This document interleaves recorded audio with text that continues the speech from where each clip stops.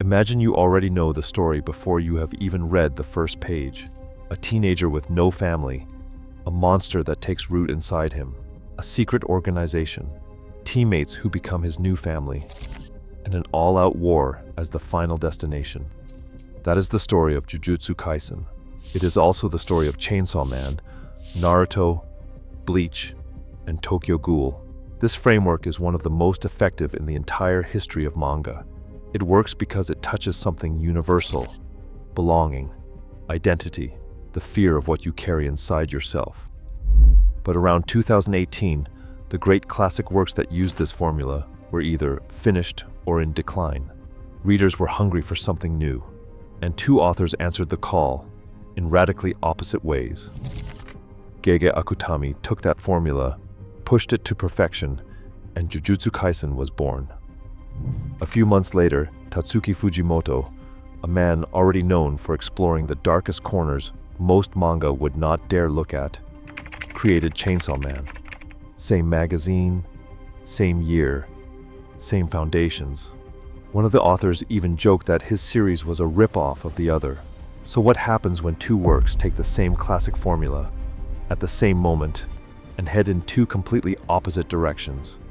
Here's Yuji, and here's Denji. From the very first pages, both are thrown into a world of monsters. They get attacked, they fight back, and their only chance of survival is to fuse with a demon. It's brutal, stunning, and it happens in the first chapter. In Jujutsu Kaisen, Yuji's friends accidentally unseal a finger belonging to an ancient demon.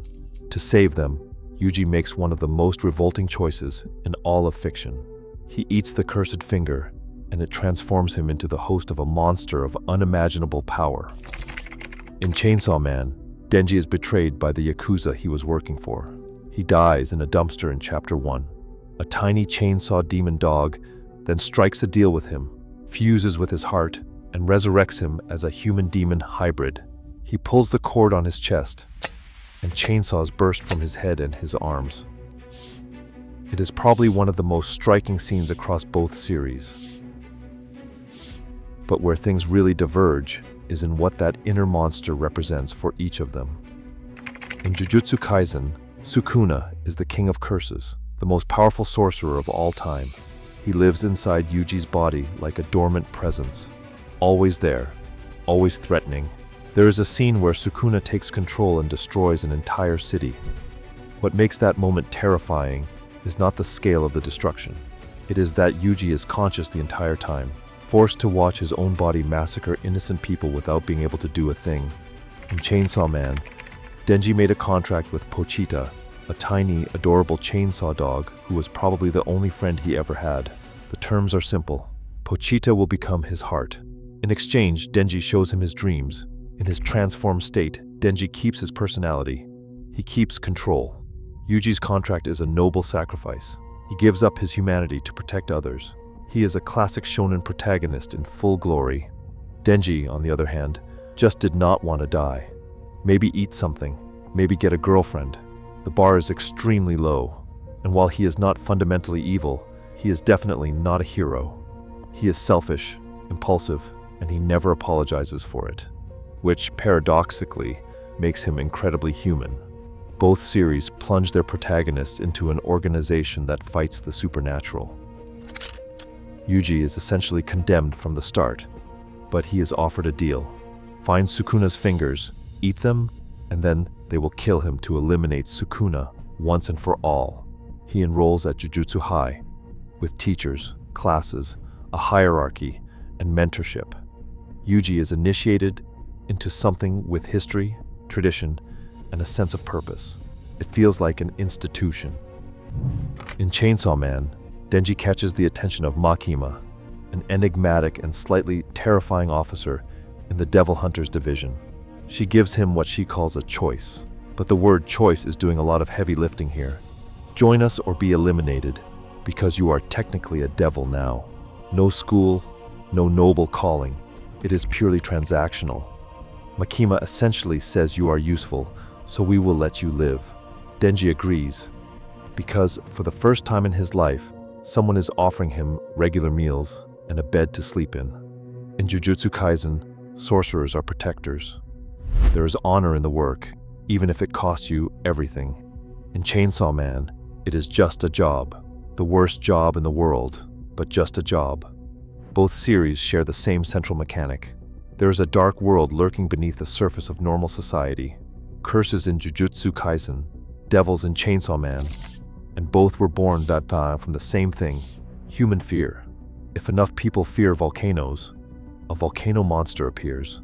If the whole world develops firearms to fight devils, and the fear of guns explodes, the gun devil is born and kills 1.2 million people in 5 minutes. But here's the fundamental difference. In Jujutsu Kaisen, curses are invisible to almost the entire population. Ordinary people die in unexplained accidents without ever knowing what happened. The world looks normal, until suddenly, it does not. In Chainsaw Man, devils are a publicly known reality. Governments employ hunters to manage them.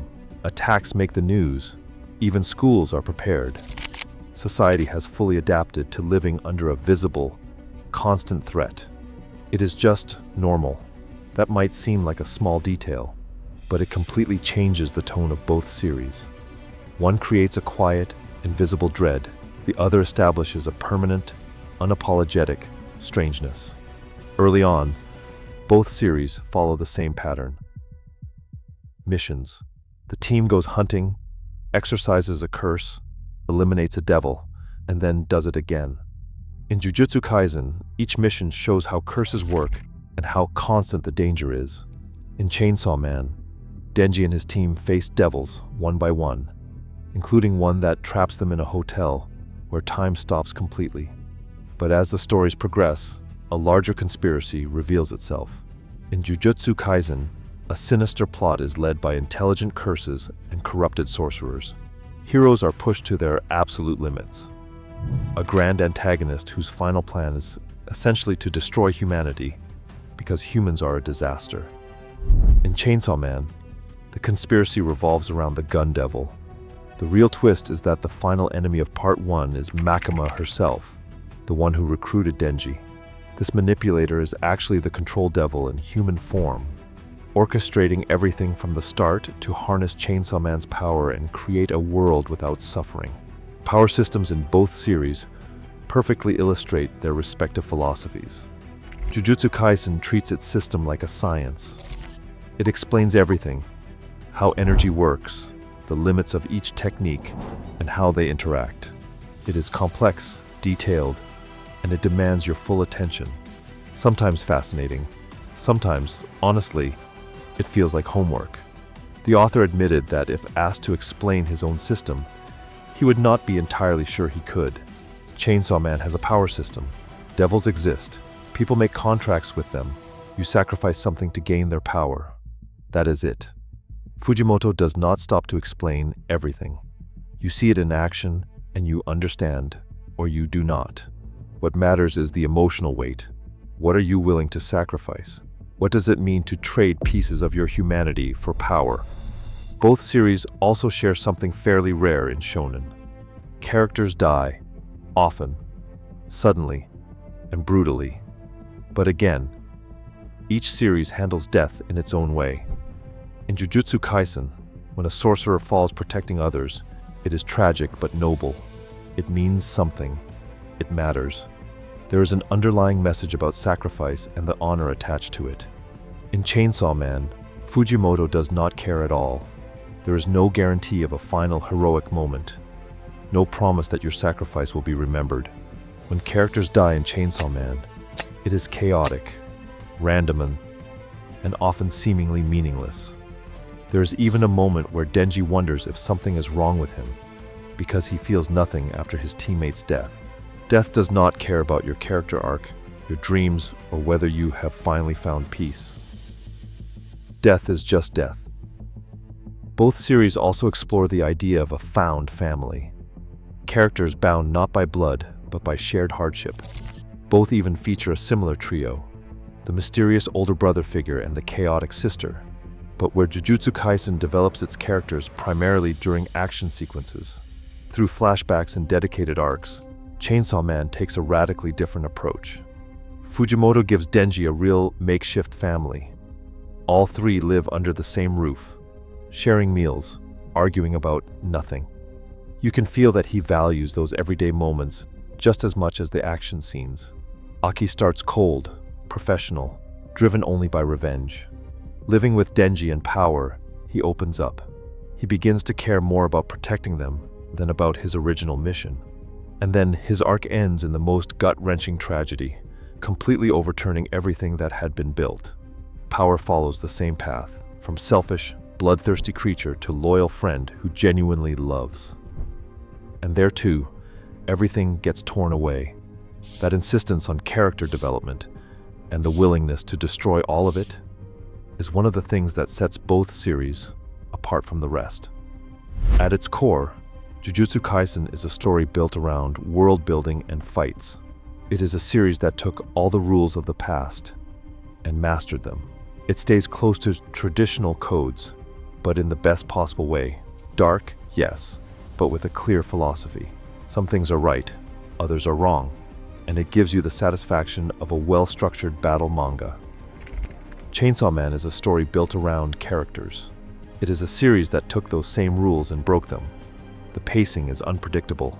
Frantic multi-chapter fights, then a quiet conversation, a shared meal, and stupidly fast transitions between the two.